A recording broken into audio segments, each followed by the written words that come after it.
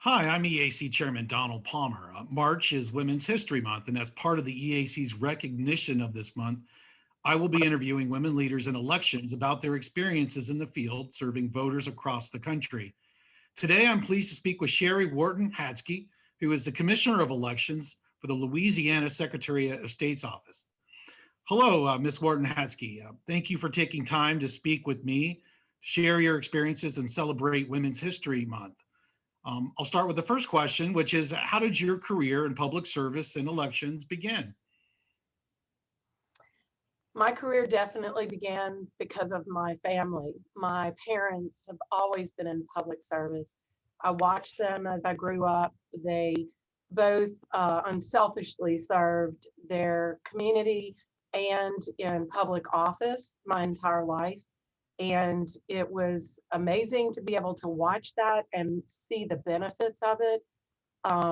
I was very blessed that they were both hardworking individuals and enjoyed what they did. And that's important. It's important that you really enjoy the field that you are in for your career. So that's how that's how my thoughts and interests went in that direction.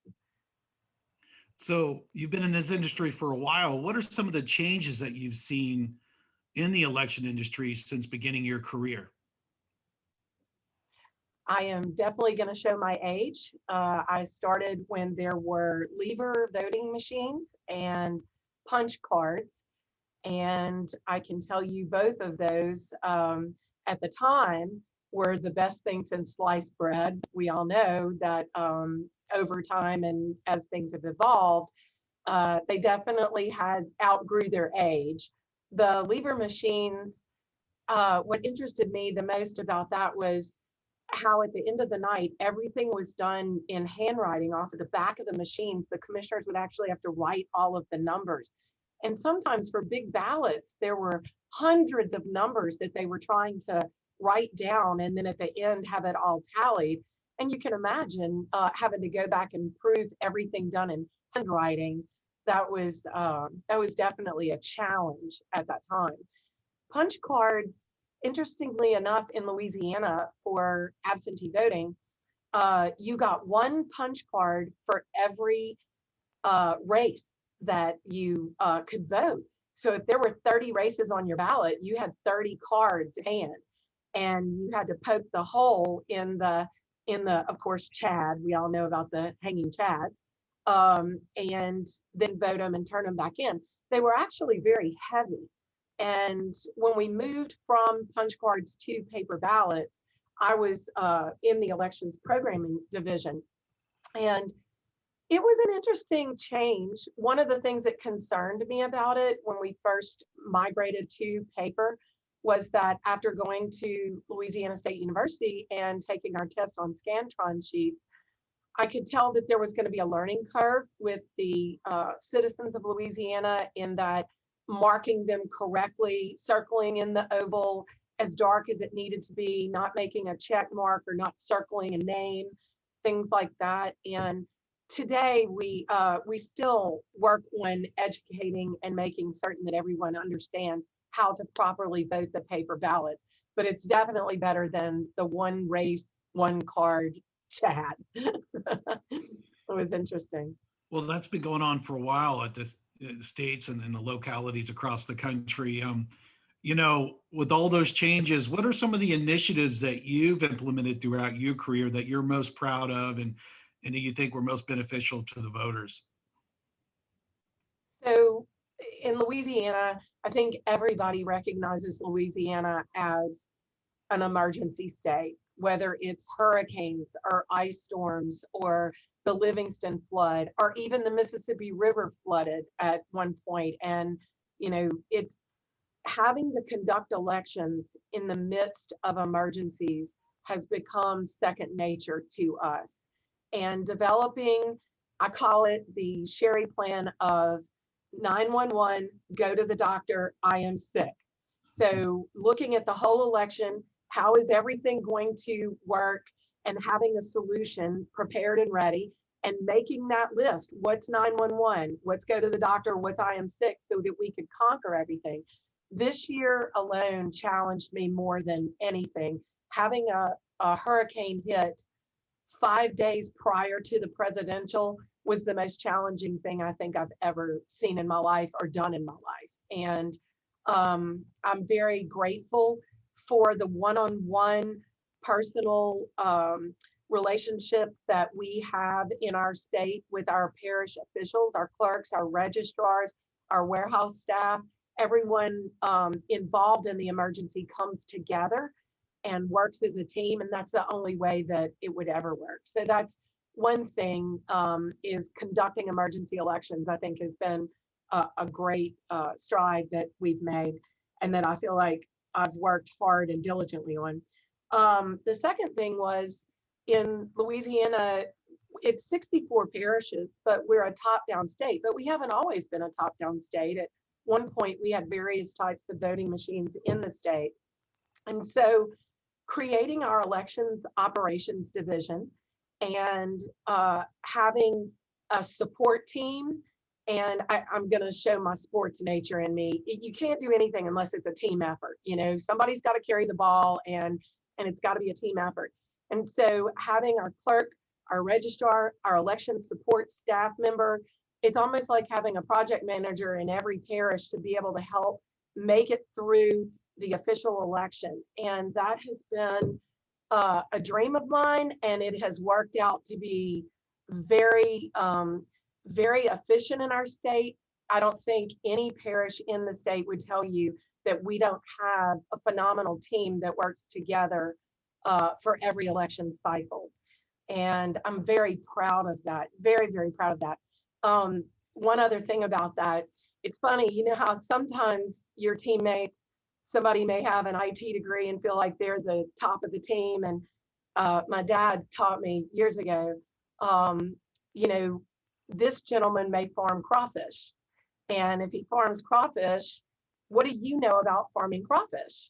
And most people don't know anything about farming crawfish. So his answer was that person must be brilliant in his field.